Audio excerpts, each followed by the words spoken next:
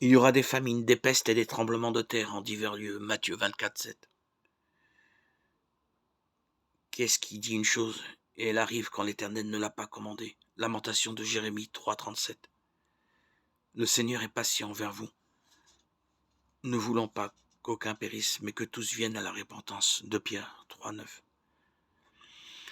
Avril 2020. L'ébranlement du monde entier auquel nous avons assisté est dû à un virus microscopique dont l'effet dévastateur sur la santé et l'économie est bien supérieur à celui d'une puissante armée.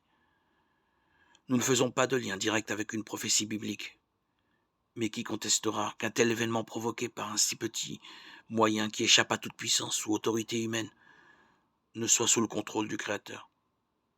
Déjà avant le déluge, la terre était corrompue devant Dieu et pleine de violence. Genèse 6, 11. Dieu s'en est affligé et a dû parler à l'humanité par divers cataclysmes, famines ou pestes. À de telles périodes, les témoins impuissants sont consternés et pénétrés de compassion pour tous ceux qui souffrent et pour ceux qui s'exposent en travaillant pour leur porter secours. Monte-t-il en nous un cri de révolte contre Dieu? Laissons-nous éclairer par sa parole. Je connais les pensées que je pense à votre égard, dit l'Éternel, pensées de paix et non de mal, pour vous donner un avenir et une espérance. Jérémie 29, 11. S'il afflige, il a aussi compassion selon la grandeur de ses bontés. Car ce n'est pas volontiers qu'il afflige et contriste les fils des hommes. Lamentation de Jérémie 3, 32, 33.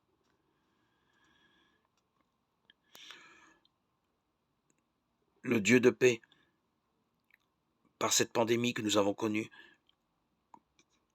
que nous appelons le Covid-19, a voulu nous délivrer du mal, nous avertir du jugement à venir. Patient, il a dirigé nos regards vers le seul moyen de salut qu'il offre gratuitement par l'Évangile. Dieu le Père a envoyé le Fils pour être le sauveur du monde. 1 Jean 4, 14.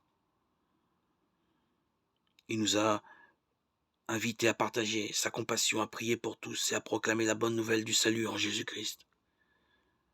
De porter nos regards sur lui et garder notre espérance en lui, notre Sauveur et Seigneur.